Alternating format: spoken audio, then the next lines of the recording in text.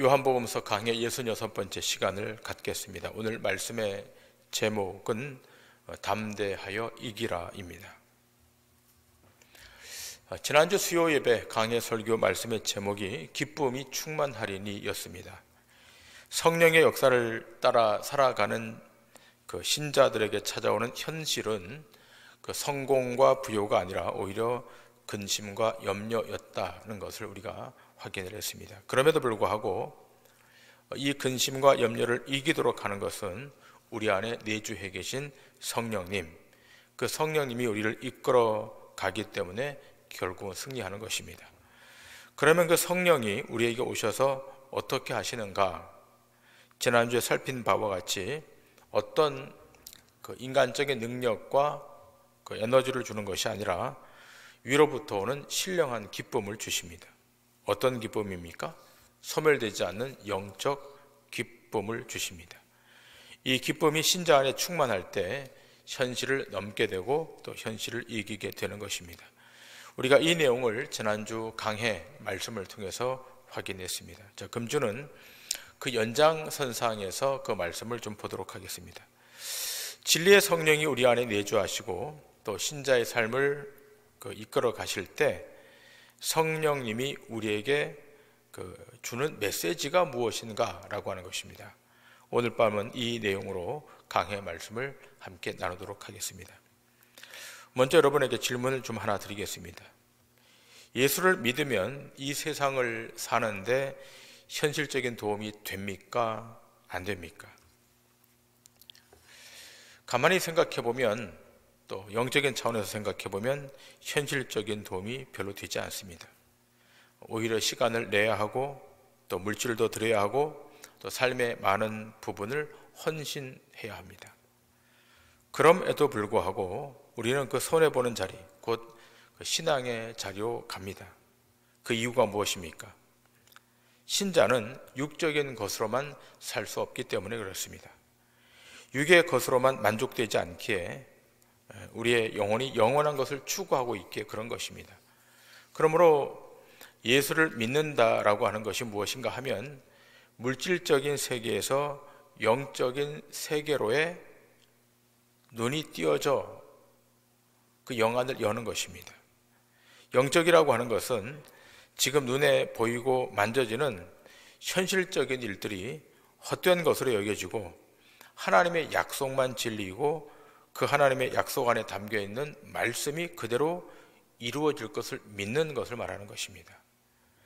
그런데 이러한 생각의 바뀜은 사람의 능력으로, 사람의 지식으로 안 되는 것입니다. 물질적인 것만 추구하면서 사는 사람을 보고서 너무 세속적이라고 하면서 고고하게 살고자 예수를 추구한다고 해서 영적인 사람이라고 할 수 없는 것입니다. 영적이라고 하는 것은 언제나 성경의 약속만이 참 진리임을 알고 믿고 따르는 것을 말합니다. 그런데도 우리가 오랫동안 예수를 믿는다고 하면서도 우리의 생각은 어디에 고정되어 있는가 하면 현실적인 것에, 현세적인 것에 고정되어 있습니다. 왜냐하면 우리 안에 깊게 잔존하고 있는 죄성 때문에 그런 것입니다. 이것은 어떻게 할 수 있는 상황이 아닙니다. 예수를 믿었지만 우리 안에 깊이 자리하고 있는 이 죄성, 이것이 현세, 현실을 조망하도록 만드는 것입니다. 자, 이러한 모습이 여러분과 저만의 모습이 아니라 오늘 본문에 등장하는 제자들의 모습이기도 합니다. 우리가 지금 요한복음 16장까지 보시면서 여러분 우리가 확인했던 제자들의 모습은 어떠합니까? 예수님의 말씀을 거의 이해하지 못하는 모습으로 묘사되고 있습니다. 예수님께서는 십자가를 지시기 위해서 예루살렘으로 가고 계시는데 그 가는 도중에 제자들은 무엇을 갖고 다툽니까? 이제 예수님이 예루살렘으로 가시면 왕으로 등극할 거니까 누가 더 높은 자리를 차지할 것인가? 이걸로 싸우는 것입니다. 여전히 예수님은 십자가의 구속의 사명을 감당하려고 지금 예루살렘을 통과해서 골고다 언덕으로 가시는데 제자들은 사회적 지위, 더 높은 지위를 차지하기 위해서 서로 싸우는 것입니다. 자, 이럴 때 예수님께서 제자들에게 뭐라고 말씀합니까? 내가 너희를 떠나겠다. 내가 너희를 떠난다라고 말씀합니다. 이 말씀 앞에 제자들은 근심할 수밖에 없었습니다. 제자들이 예수님을 3년 동안 따라다니면서 그들이 구했던 것이 무엇입니까? 3년 동안 합숙 훈련을 하면서도 그들이 구했던 것은 하나님의 나라와 의가 아닌 이 세상에서의 명예였습니다.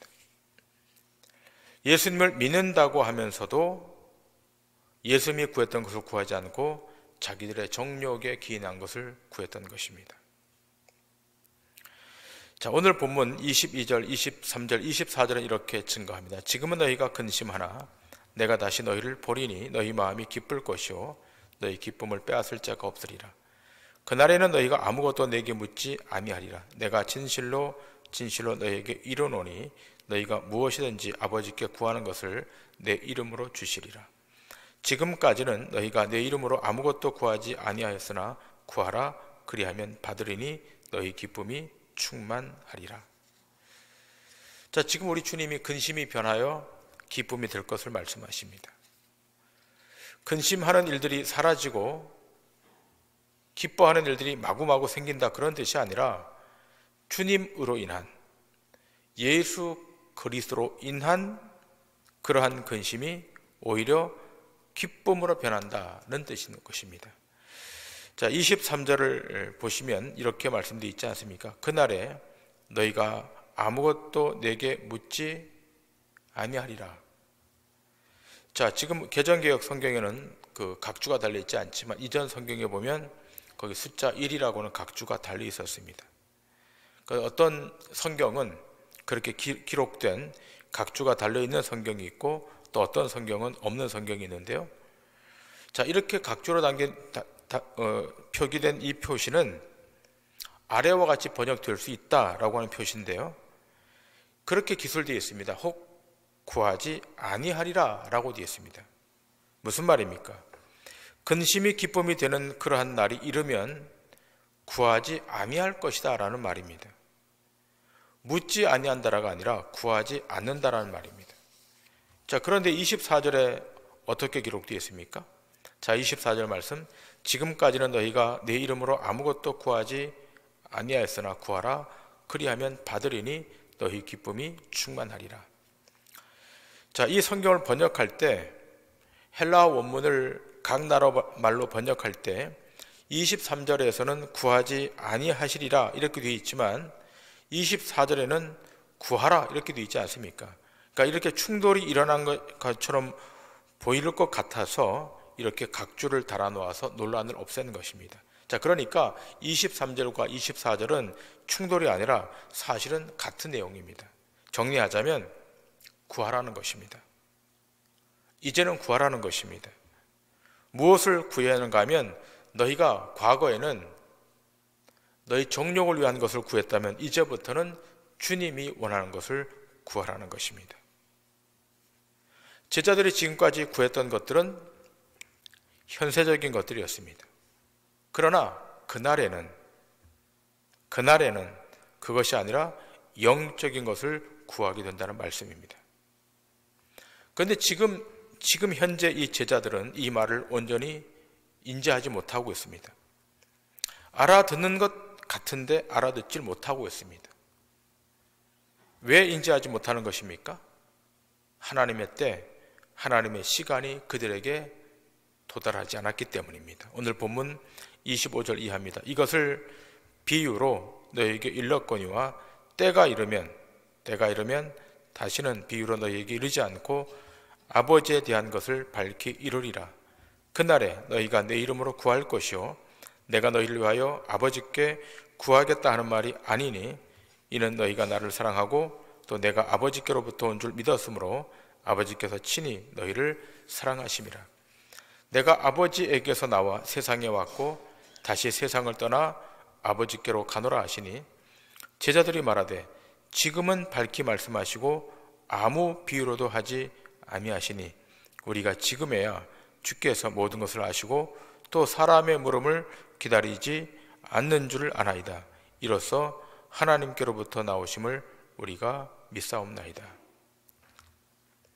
자, 여기 본문에 기술된 바와 같이 이제부터 주님은 비유로 말씀하지 않으시고 모든 것을 공개적으로 밝히 말씀하십니다. 자, 28절을 다시 보시면 내가 아버지에게서 나와 세상에 왔고 다시 세상을 떠나 아버지께로 가노라 하시니. 자, 그 전까지는 비유로 말씀하셨습니다. 그러나 지금부터는 공개적으로 밝힙니다.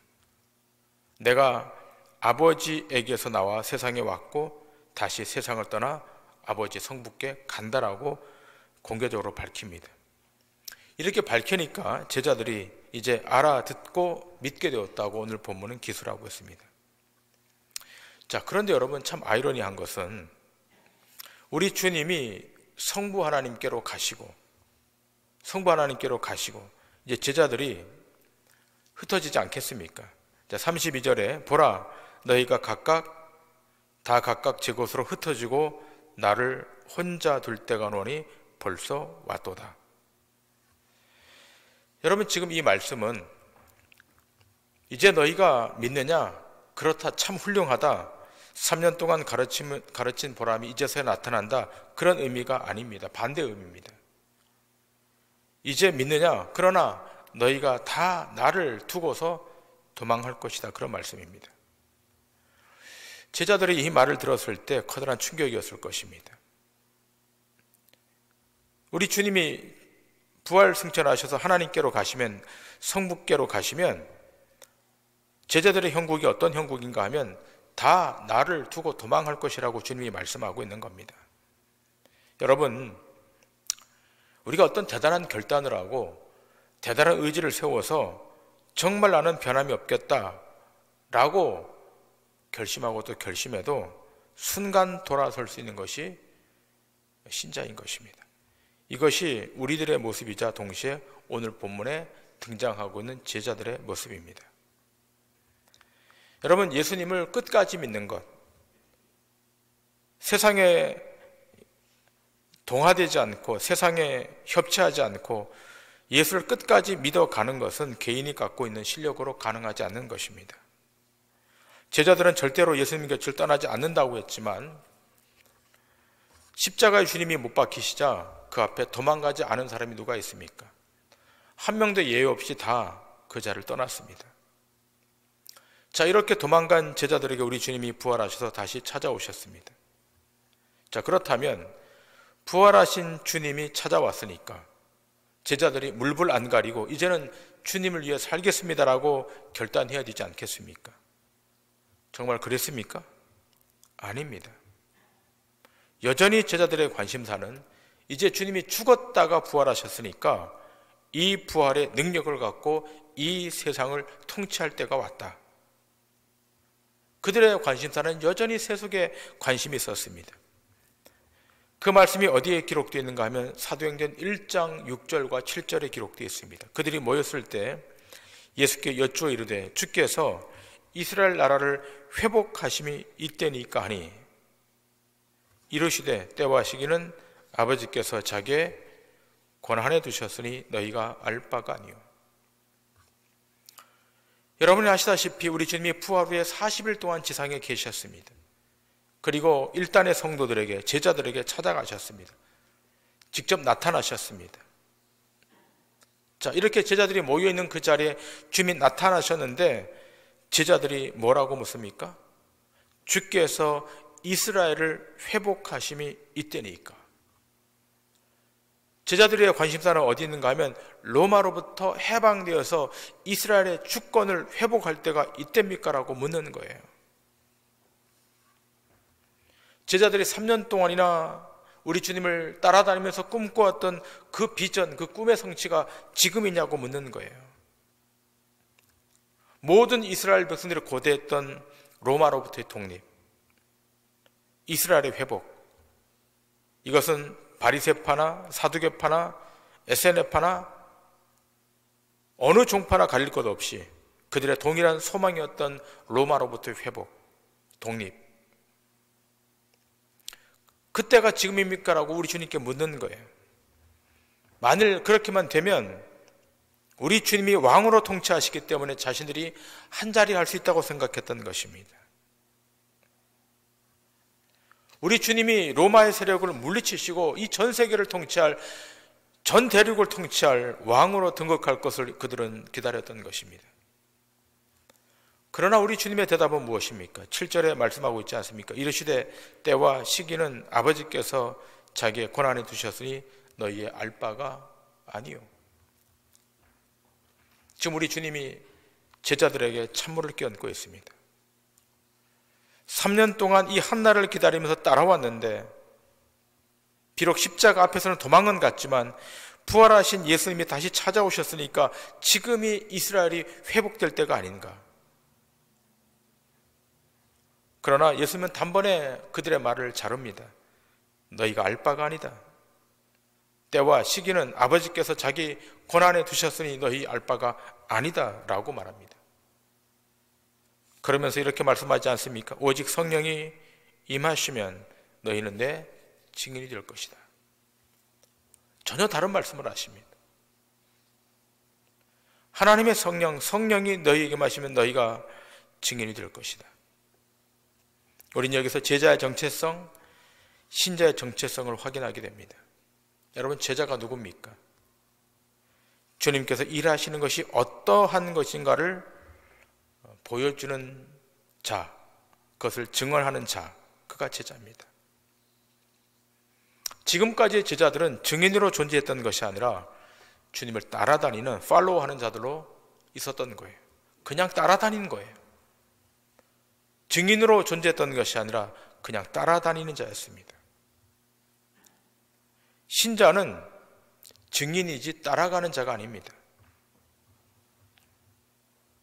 자, 그런데 여러분, 놀라운 것은 제자들에게 성령이 임하고 나니까 달라졌다는 것입니다. 따라다니는 자에서 증인으로 바뀐 것입니다. 주님이 원하시는 것, 하늘의 것, 세상에 존재하지 않는 것들을 구하는 자들로 바뀌게 되었습니다. 차원이 다른 것을 구하기 시작합니다. 그 전과는 180도 달라져서 전혀 다른 차원의 것을 이 제자들이 구하기 시작합니다. 바울도 달라진 이후에 그가 쓴 서신에 이러한 내용들이 얼마나 많이 드러나 있습니까? 특별히 에베소서에 가장 선명하게 드러나 있습니다.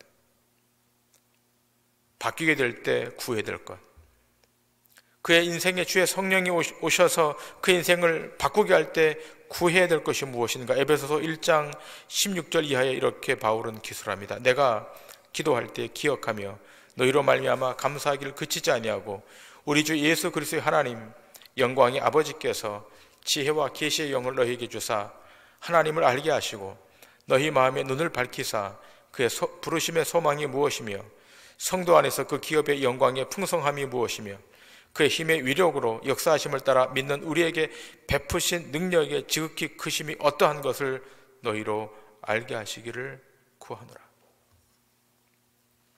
성령이 임한 자가 구해야 할 마땅한 기도의 내용입니다. 그의 부르심의 소망이 무엇이며 성도 안에서 그 기업의 영광의 풍성이 무엇이며 그의 힘의 위력으로 역사하심을 따라 믿는 우리에게 베푸신 능력의 지극히 크심이 어떠한 것을 알게 해달라고 기도하는 것, 이것이 성령을 받은 자가 하나님 앞에서 구할 기도의 내용입니다. 오늘 우리의 기도의 내용이 이렇게 바뀌어야 될 줄 믿습니다. 이러한 기도로 바뀔 때 신자의 영적 깊이와 무게는 깊어지고 단단해져 가는 것입니다. 자, 그렇다면 우리의 기도가 이렇게 바뀌어지고 있는가? 만일 그러하다면 여러분은 예수님을 제대로 믿어가는 것입니다. 성령께서 여러분과 함께하고 있다는 증거일 것입니다. 그러나 아직도 우리가 구하는 바가 현세적인 것에 매몰되어 있다면, 여전히 세상적인 그 무엇을 취하는 것에 함몰되어 있다면 그건 가난한 것입니다. 여러분의 기도의 내용을 한번 살피십시오. 우리가 하나님 앞에 구하는 기도의 리스트가 어떤지를 한번 확인하셔야 됩니다. 자, 우리가 이 대목에서 다시 한번 봐야 될 서신이 있는데 골로새서입니다. 골로새서 1장 9절 이하입니다. 이로써 우리도 듣던 날부터 너희를 위하여 기도하기를 그치지 아니하고 구하노니 너희로 하여금 모든 신령한 지혜와 총명에 하나님의 뜻을 아는 것으로 채우게 하시고 주께 합당하게 행하여 범사에 기쁘게 하시고 모든 선한 일에 열매를 맺게 하시며 하나님을 아는 것에 자라게 하시고 그의 영광의 힘을 따라 모든 능력으로 능하게 하시며 기쁨으로 모든 견딤과 오래 참음에 이르게 하시고 우리로 하여금 빛 가운데서 성도의 기업의 부분을 얻게 합당하게 하신 아버지께 감사하게 하시기를 원하노라. 바울이 지금 말합니다. 하나님을 아는 것에 자라도록 기도하고 빛 가운데서 주시는 성도의 기업을 얻도록 기도하라 라고 말하고 있습니다. 세상의 유행과 흐름을 아는 것 말고 세상의 기업, 세상의 부를 더 달라고 기도하는 것 말고 세상에 없는 것, 세상이 줄 수 없는 것, 영광스러운 나라에서 유업으로 부여받을 성도의 기업, 그것을 위해서 기도하라라고 말하고 있습니다. 저는 오늘 밤 이 기도의 제목이 여러분과 저의 일생의 기도의 제목, 여러분과 저의 평생의 기도의 제목이 되어야 될 줄 믿습니다. 영원한 나라에서 받을 기업, 그 기업은 소멸되지 않고 영원한 것입니다. 이렇게 하늘의 것, 영원한 것을 구하기 시작할 때 그때 신자에게 주어지는 영적 감정이 담대함입니다. 약간의 담대함이 아니라 강력한 담대함. 여러분의 기도의 방향을 세상적인 것을 취하는 데서 하늘의 것을 얻는 것으로 그 방향의 물줄기가 바뀌기 시작할 때 우리에게 도달하는 영적 감정은 담대함입니다. 세상의 그 무엇으로도 함부로 할 수 없는 영적인 파워가 우리한테 주어지는 것입니다. 자, 그러면 이 담대함이 우리에게 주어질 때 우리의 실제 삶이 나아집니까? 우리 형편이 현격히 좋아집니까? 그렇지 않습니다. 믿음의 선배들의 삶을 주목해 볼 때 그들이 담대해졌을 때 찾아왔던 것은 아이러니하게도 고난이었습니다. 감당하기 어려운 시험이었습니다. 담대해졌는데, 강해졌는데 그들에게 다가온 것은 오히려 고난이었습니다. 그러나 그 고난과 시험이 그들을 무너뜨리고 세상에 승리합니까? 아닙니다. 반대입니다. 주의 백성들이 승리했고 믿음의 선진들이 이겼습니다. 여기에 대해서 히브리서 기자는 이렇게 증거합니다. 히브리서 11장 32절 이하입니다. 내가 무슨 말을 더하리요? 기드온, 바락, 삼손, 입다, 다윗 및 사무엘과 선지자들의 일을 말하려면 내게 시간이 부족하리로다. 그들은 믿음으로 나라들을 이기기도 하며 의를 행하기도 하며 약속을 받기도 하며 사자들의 입을 막기도 하며 불의 세력을 멸하기도 하며 칼날을 피하기도 하며 연약한 가운데서 강하게 되기도 하며 전쟁에 용감하게 되어 이방 사람들의 진을 물리치기도 하며 여자들은 자기의 죽은 자들을 부활로 받아들이기도 하며 또 어떤 이들은 더 좋은 부활을 얻고자 하여 심한 고문을 받되 구차에 풀려나기를 원하지 아니하였으며 또 어떤 이들은 조롱과 채찍질 뿐 아니라 결박과 옥에 갇히는 시련도 받았으며 돌로 치는 것과 톱으로 켜는 것과 시험과 칼로 죽임을 당하고 양과 염소의 가죽을 입고 유리하여 궁핍과 환난과 학대를 받았으니 이런 사람은 세상이 감당하지 못하느니라. 그들이 광야와 산과 동굴과 토굴에 유리하였느니라. 자, 히브리서 기자는 믿음의 선조들을 조망하면서 이 글을 쓰는 거예요. 신자에게 성령이 주어졌습니다. 그 이후에 담대함이 생겼습니다. 그런데 다가오는 것은 편안이 아니에요. 안정이 아닙니다. 육체의 안위도 아닙니다. 수용하기 참 어려운 고난이었고 고통이었고 환난이었습니다. 그럼에도 불구하고 이것을 넘어설 수 있었던 것은 그의 인생 안에 거하시는 성령이 그를 생명 앞으로, 진리 앞으로, 영혼 앞으로 끌어당기시기 때문인 겁니다. 여러분 안에 성령님이 지금 내주하고 있다면 그 성령님이 여러분을 어디로 끌고 가는 겁니까? 생명 앞으로 끌고 가는 거예요. 진리 앞으로, 영생 앞으로 끌고 가는 겁니다. 여러분의 인생 안에 역사하시는 그 성령님, 그 성령님은 신실하신 분입니다.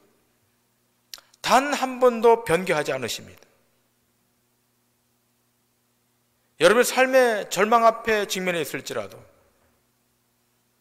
깜깜한 터널을 지나갈지라도 성령님은 여러분을 끝까지 보증해 주시고, 끝까지 함께 해 주시고, 끝까지 진리 앞으로 도달할 수 있도록 역사해 주시는 하나님이신 것을 잊지 않으셔야 될 것입니다.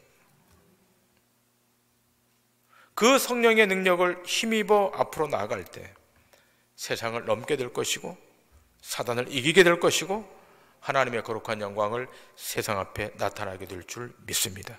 바라기는 남은 3일도 담대함을 회복하셔서 주의 성령의 능력으로 세상을 이기시는 믿음의 권속들 다 되시기를 주님의 이름으로 간절히 축원합니다.